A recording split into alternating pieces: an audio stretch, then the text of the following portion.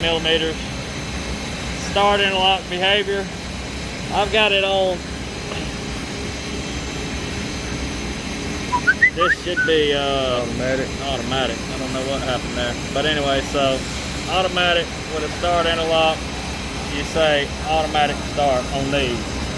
Unless you want an input to reset it. You know what I mean? Once you trip it, you input back to that to actually reset it. You'd set it something different there depending on your application. Okay. You know, you may have one where you have to have a reset button. Okay. This one, the machine has a reset button once you trip it, so okay. We just do automatic start on that guy. Yep, automatic start. It's at 2,000 milliseconds, so it's 2 seconds of delay there. You can shorten that. I always leave it about there. That's default. That's how long after you trigger it and clear it that it actually goes to the green lights on the thing. Okay. Your response time, depending on your risk assessment, you can have it faster or longer than 80 milliseconds, which is an eighth of a damn second. Yeah, I think that's fast enough. Pretty fast. Dust suppression, if you ever get one that's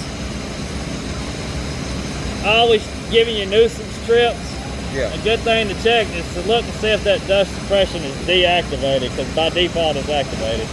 At least a little bit of shit on there.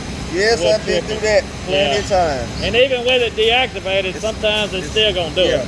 We had one over there. Somehow they managed to get a smallest of the smallest scratch on it. Yeah. And that bouncer was not clear until we replaced it. Yeah. So these are kind of finicky on the lenses, but they all are. There's not a scanner that's not. Okay, so all this is pretty, if you read it too, it gives you a good description of what you're looking at here.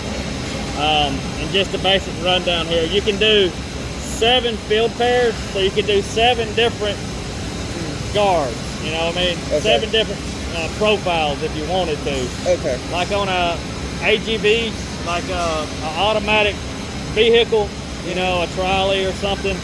Once you get to a certain point, you may have a proc switch that gives you an input to this thing that says, okay, you got, you know, don't look here, look there, you know, whatever. You got up to 7 different parameters that you can do. Okay. And then all this is saying, can you go from 1 to 2, 1 to 3, 1 to 4, and so on and so on and so on. So you can't just switch without telling it it's okay to go from field pair 1, which is what I've got set up here now, and then if there's another scenario, it'll trip on you. It'll give you faults if you have these checked or not checked, depending on our application. This one is just 1 field pair. Okay. So all that shit's nonsense to you, really. The alarm, you can have it do whatever. Device warning, warning field interrupted, device warning or warning field interrupted. That's the yellow light on the thing. Yeah. Okay. And there's an actual output wire too for that alarm if you wanted to use it. This is just parameters for different resolutions. I'll leave those at default. All right. That's COM settings. You don't care about that. Just hit OK. All right. So then you'd set up your configuration. You would go in here and you'd send it from PC to scanner. You'd send that configuration to the scanner. Okay. I didn't change anything, but I'm going through the steps just so you'll see. Yeah. All right, and that profile right there, that yellow line is our cardboard. Okay. You'll see that in a second once this That's what it's actually seeing out there right now. Yeah, okay. right. Yeah, I was like, what is the green one? Yeah.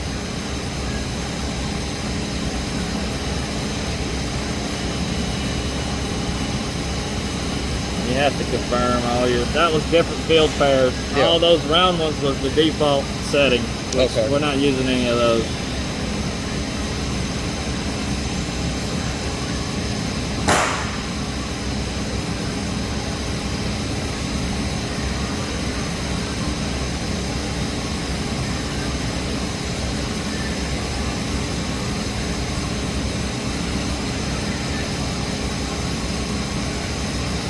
Alright, so now typically the only thing that you would ever be probably doing is going in and adjusting one. So that's the protective and warning field. What I just told you was extra just in case. Yeah.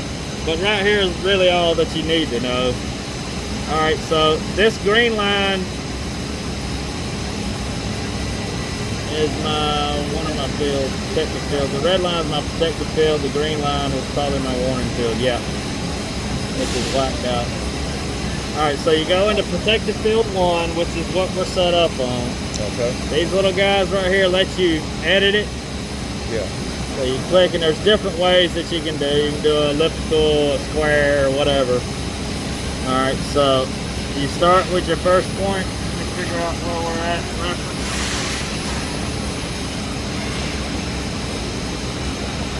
Okay, so that's that guy. Those 2 legs are his legs right there. Okay. So I'm gonna guard in front of all that, right? Gotcha. So Okay. we'll go down here. So I don't watch that. Let me get lower. Down. I see him walking. I'm gonna come up to about right there.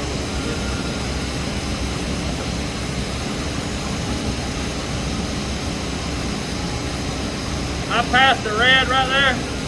Yeah. I am.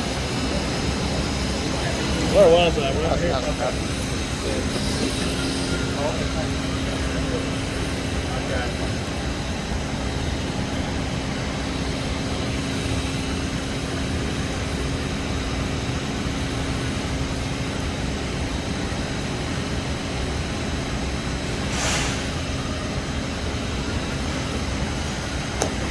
So I've drawn out my field right there. Is really all, that's all that it can guard right there. Okay.